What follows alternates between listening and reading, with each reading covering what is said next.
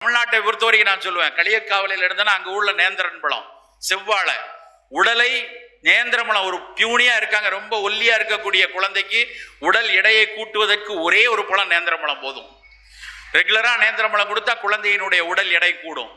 நின்று கொண்டே சமையல் அறையில நின்றுட்டு இருக்காங்க, இல்ல ஒரு பள்ளி அறையில பாடம் எடுப்பதற்காக நின்று கொண்டே இருக்கிறார்கள், குதிகால வலி வருது, தூங்கி எந்திரிச்சு காலை ஊன்னா வலிக்குது, நடக்க முடியல, கொஞ்ச நேரத்துக்கு அப்புறம் தான் வலி குறையுது அப்படின்னு சொல்லக்கூடிய பெண்களுக்கு செவ்வாழை ஒன்று போதும்.